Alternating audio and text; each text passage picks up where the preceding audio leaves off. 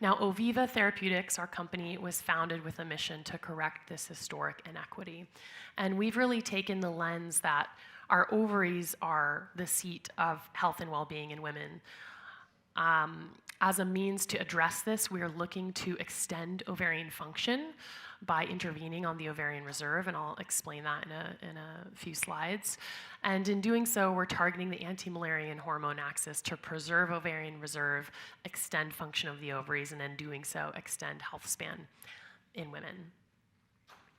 Now, why we're interested in this is because we know that of the major organs that age at varying rates, as we've heard earlier today, the ovaries are aging roughly 2.5 times faster than the rest of the body.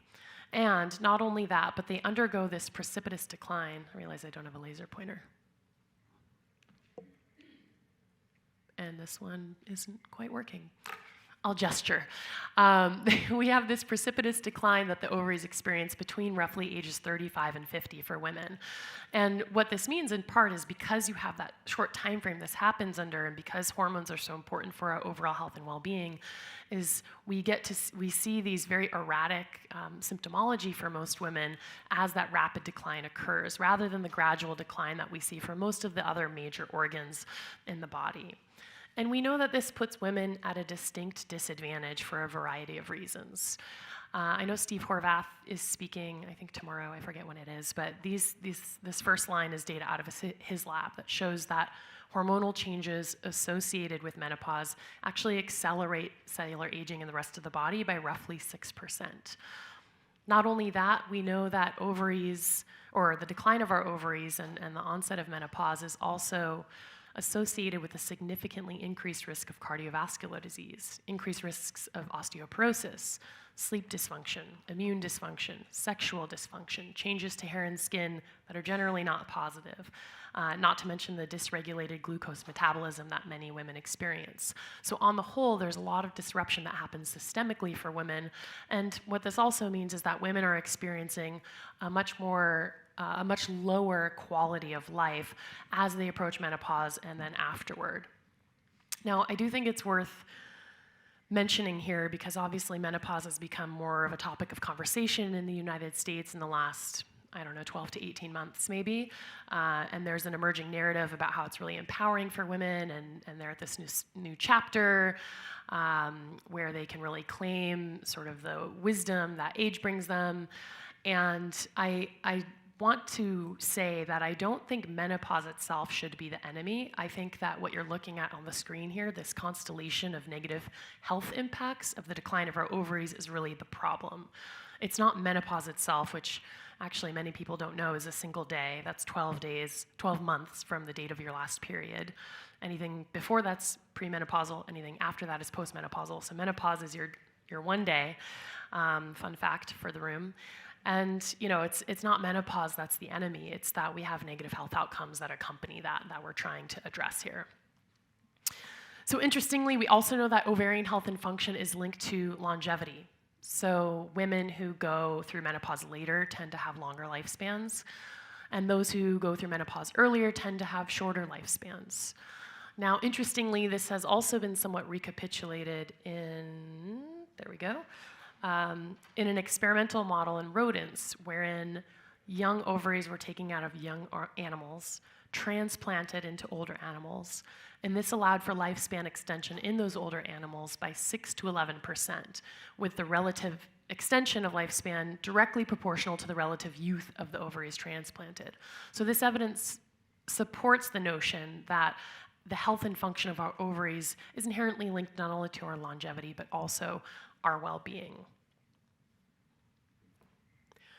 Now, assuming that most of us in the room aren't experts in ovarian physiology or reproductive health, I'll do a quick primer on the ovaries as a structure, which will help you understand better how we're approaching this mechanistically and therapeutically. On the left-hand side of the screen here, you can see the ovary. It's that egg-shaped organ. It's about the size of a walnut in your average size female. And within the ovary, we have what's called the ovarian reserve, depicted here in orange dots, which are actually representing a structure called the follicle. The follicle is a cyst. It's a fluid-filled sac, and within each follicle is a single egg. And the function of the follicle is really to house and support that egg, to help it mature as it moves through folliculogenesis during a woman's reproductive menstrual cycle, at the end of which there's usually one dominant ovulatory follicle which releases the egg for potential fertilization. Now, the follicles within the ovary are really the fundamental unit that underlie ovarian function, and that's because they're responsible for the production of most of the hormones that we're familiar with in the ovaries that drive the homeostasis in the rest of our body, as well as the process that you see here on the screen. And we're really born with this endowment of follicles, or eggs, and this represents our ovarian reserve, which, interestingly, we have a peak of in utero. So the most eggs that we have at any given point in time happens at roughly 20 weeks gestation in our mother's womb. By the time we hit birth, that number drops to about 1 million. And then we undergo a huge amount of attrition between there and puberty. About 300 to 500,000 eggs are then left once we enter the phase of our life where we're deploying those eggs for their use of being fertilized. And this part of the graph here between puberty and menopause is really where we are most interested in at Oviva, the pace of attrition of the ovarian reserve over time during a woman's reproductive years. Now, in that time frame, the main hormone, the master hormone that's controlling the pace of attrition of the ovarian reserve, is a naturally occurring hormone called anti-Müllerian hormone. It's produced and secreted by the ovarian granulosa cells and these sort of early maturing follicles in this folliculogenesis path, and it acts in a suppressive mechanism on that very first step in folliculogenesis that you see there. It's essentially a brake, and it can control, based on the level of AMH, it can control the number of eggs that depart the ovarian reserve in any given cycle. So a nice way to visualize this, wrong way, is if you have extremely low levels of AMH, which you can see on the bottom of the screen here, you don't have enough of a break on this first step, which means that you have a greater than typical number of follicles that leave the ovarian reserve and enter that maturation pathway, and your ovarian reserve is depleting faster. This can occur in women who are patients undergoing chemotherapy, for example. That chemo treatment will damage the structures in folliculogenesis that are producing AMH, which means you'll either lower or completely eradicate endogenous AMH, and you lose that suppressive mechanism. This is why many women who undergo chemotherapy or radiation treatment will go into menopause after that treatment, because they lose the regulator of their ovarian reserve. In contrast, there are some people who have high AMH levels. This can happen in women with PCOS, for example.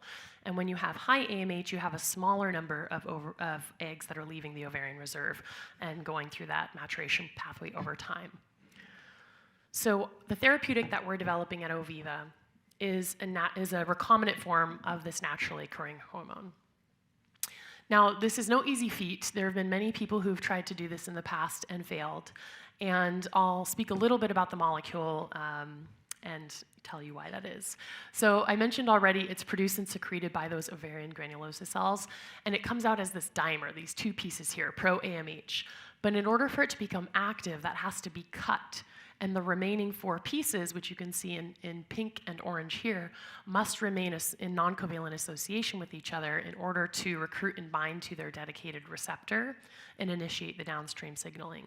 So there's a number of processing steps that must occur in order for it to be the right shaped protein, and it's also quite large.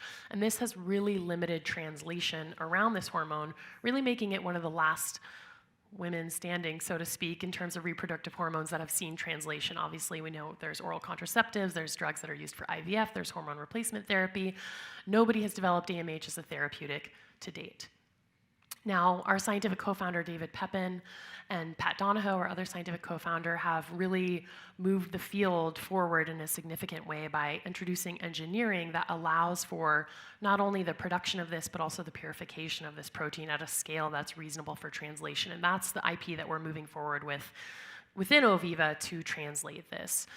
In the long-term vision of introducing a recombinant AMH treatment that allows us to change the pace of loss of the ovarian reserve over time and hopefully forestall menopause and the consequences of menopause. Now, in terms of that translation, this is a very conserved pathway among mammals, and there's also some really interesting data within humans that suggests that it would translate well for this setting. We know low AMH levels correlate to poor fertility outcomes. We know they're also predictive of earlier onset of menopause, as well as increased risk of early onset vasomotor symptoms. Whereas high AMH levels, for example, women with PCOS, who I mentioned earlier, correspond to increased oocyte capture from ovarian hyperstimulation. So if you're going through an IVF cycle and you have PCOS, you tend to get better outcomes. This is also the primary indication that we're going into in clinic, which I'll talk about in a moment.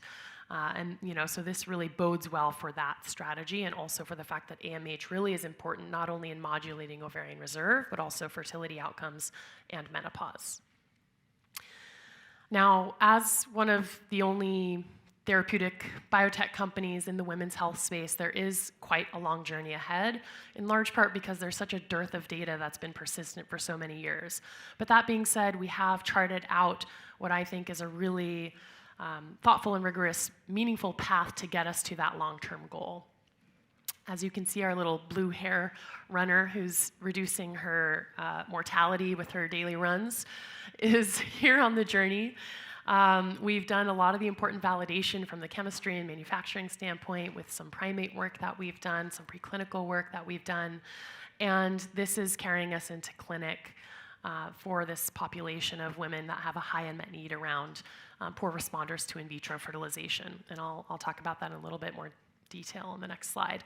But ultimately, what we need to do beyond that is continue to build the data to show that this is not only safe but effective for women taking this over a longer period of time, ultimately with that long-term goal of having it be offered as a chronic prophylactic to prevent ovarian decline.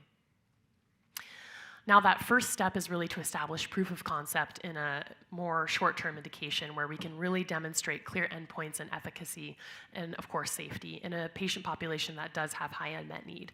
And so I mentioned already that in this case, we're looking to women who are poor responders to ovarian hyperstimulation, or IVF, as it's more commonly known. So what we're looking at on the screen here, and we don't really need to go into the details other than to say that this is a standard stimulation protocol for women undergoing IVF, people who are seeking to harvest eggs, potentially to fertilize and implant, or maybe just to put on ice. So women who are poor responders will frequently retrieve fewer than 3 oocytes. And for anyone who might be familiar with this space, you know there are 2 key drivers to success in IVF. The first is egg quality. That's largely dictated by your age and genetic makeup. There's yet to be anything that has demonstrated clinically meaningful benefit to influence egg quality, aside from those 2 parameters. The second is egg quantity, and this is really what we're aiming to target, is improving the number of eggs that a woman can harvest at any given point in time to improve her chances of having a successful outcome in IVF. And so how we would do that is introducing our recombinant AMH as a pre-treatment, as a neoadjuvant that would be offered before the stimulation. And what happens when you're suppressing the follicles with AMH as a pre-treatment is you're actually synchronizing the follicle development in the ovarian reserve, such that once you relieve that suppression, you take away the drug, there's a greater than typical wave, which you can see here. And actually, I'll toggle back and forth for the visual effect, which can be helpful. Oops, wrong way. There's a greater than typical wave that is able to be recruited and then stimulated by the stimulation drugs, and then of course captured on the other side. And to that end, we have done preclinical experiments in rodents demonstrating that when you follow the protocol you saw on the previous screen, you can actually get 3.6x improvement in the number of oocytes captured through your standard ovarian stimulation protocol. And actually, if you recapitulate that protocol in rodent models of diminished ovarian reserve, you can double the number of oocytes captured and importantly have no negative impact on egg quality. These results have also been independently verified in an independent academic lab. In their hands, they saw not only improved oocyte number, but also improved egg quality. That is not something we'd put on the label, but I do think it's worth stating because we do know that it's one of the important toggles for successful outcomes here. And if there's a chance that AMH pretreatment improves egg quality, then that's something certainly that we want to monitor and be able to speak about based on the data. So I'll come back to this slide and close this talk really to say that We're at a really exciting juncture because I think people are increasingly recognizing the importance of the ovaries as being the heart of health and well-being for women, especially as they age, and especially once we approach menopause, how their function directly and dramatically influences not only quality of life, but health and longevity. And while it is a long path ahead of us, there are very clear steps to take that allow us to move the needle and develop innovative therapeutics that we can offer to women, hopefully in what will be a suite of options to intervene on and modulate their own transitions through their reproductive life with more tools and resources at their hands. So